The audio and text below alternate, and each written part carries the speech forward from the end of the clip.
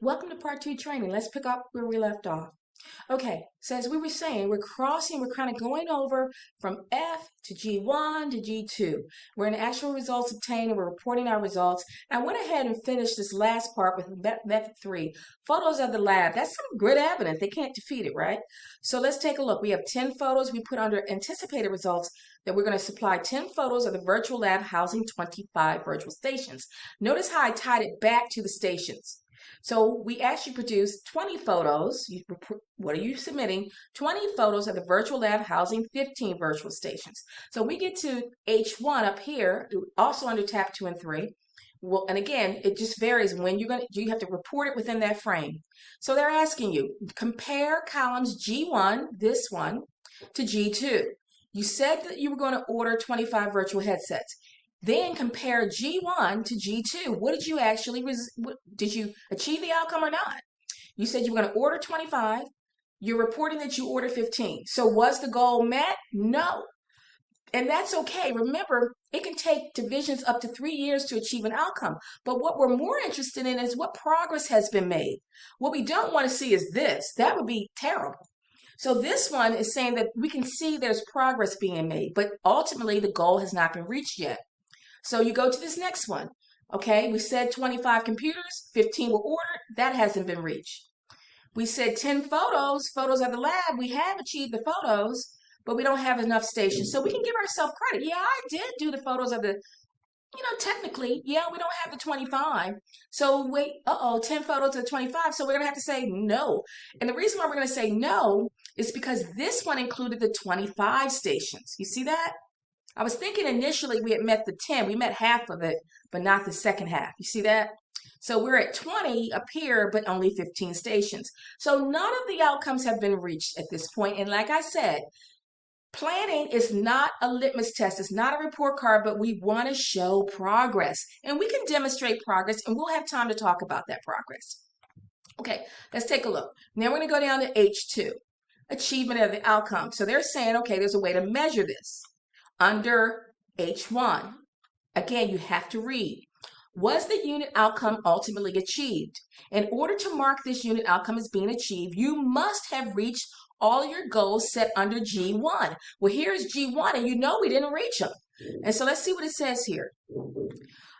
Your goals set under G1 as measured by G2. So if you answered no to any of these items under H1, that's us, that indicates that your outcome was not reached this year.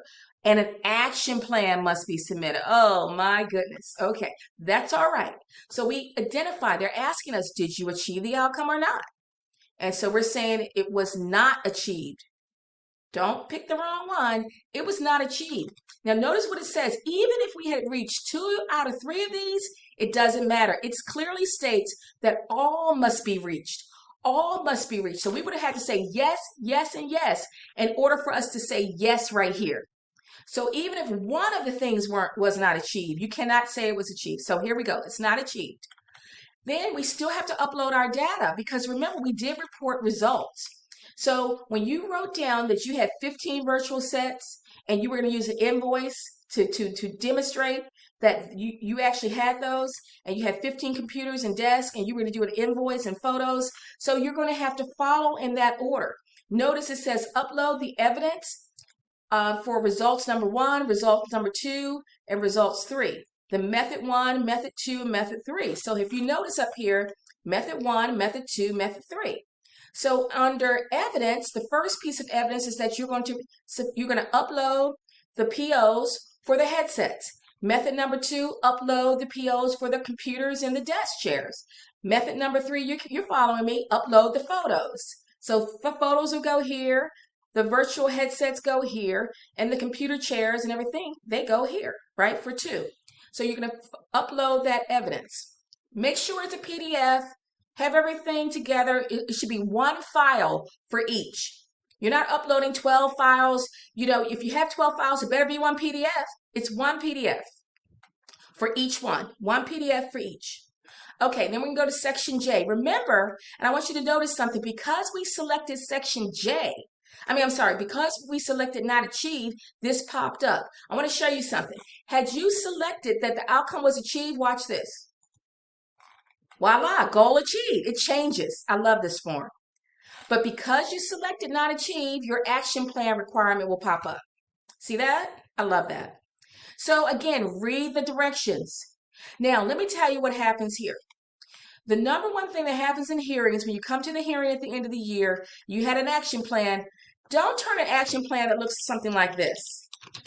You say, okay, we're going to do this and that, and you're typing, and you keep on going, and you're working hard, and you turn in something like that. You turn in a sentence, 2 sentences, and that's not sufficient for an action plan because the whole goal wasn't reached, guys. So you have to type up a very substantive plan. In fact, we now put a word count on it now. So you need to really detail out how you intend to achieve the outcome, right? That's really important. Who's involved? What are there any, do it in chronological orders. What do you anticipate to achieve by the end of the fall? What about by spring, right? So here they're asking you in part 1, what's your current progress? Well, we know all we have to do is determine what is 15 out of 25, and you can see that you are close to already achieving the outcome. So you're going to put down that percentage right here. You have 15 out of 25, 15 out of 25 virtual sets ordered, and you're going to put the percentage of that right here, okay? Right there. And you're going to talk about, virtual headsets order, okay? And you're going to put that in there, and then you're going to discuss why the unit outcome was not achieved. Why wasn't it achieved?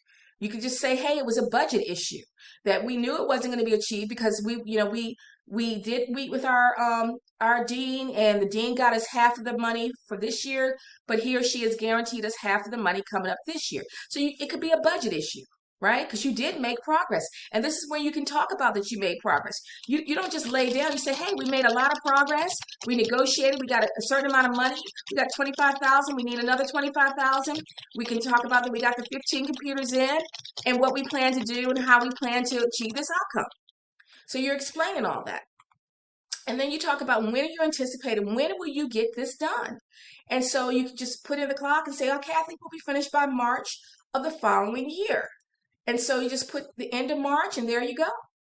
And who will be responsible? You can put 1 or more people. And then you're done. You're finished the actual reporting of this outcome.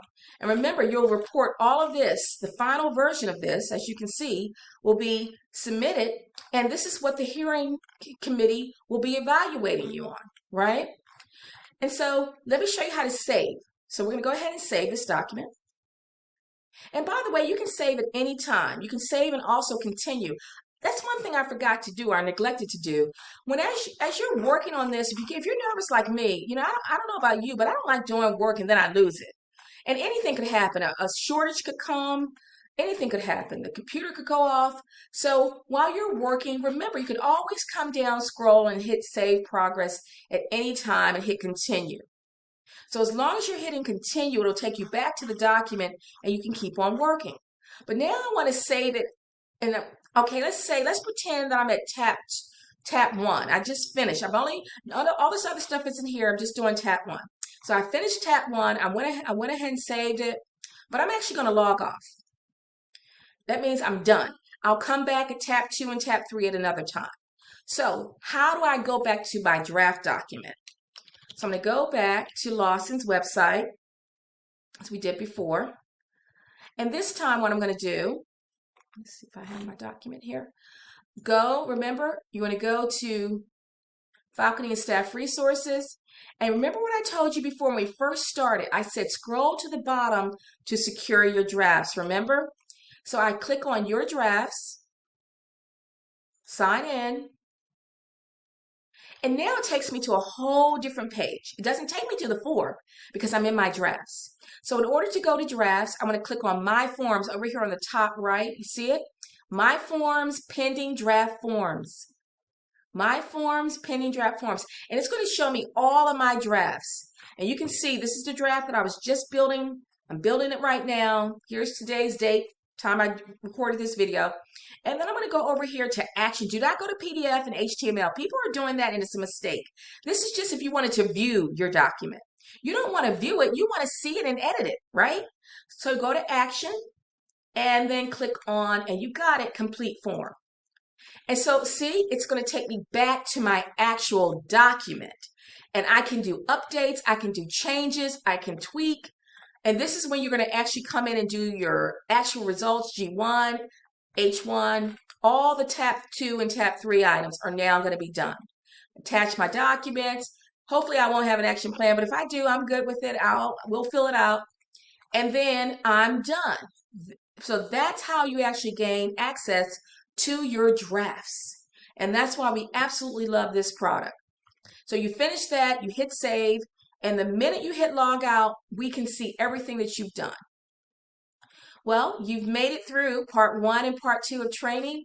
Let me remind you that all of your units, unit outcomes, and your SLOs should align with the college's mission statement, vision statement, and core values. And trust me, they will, right? You can definitely see a tie-in and make that case.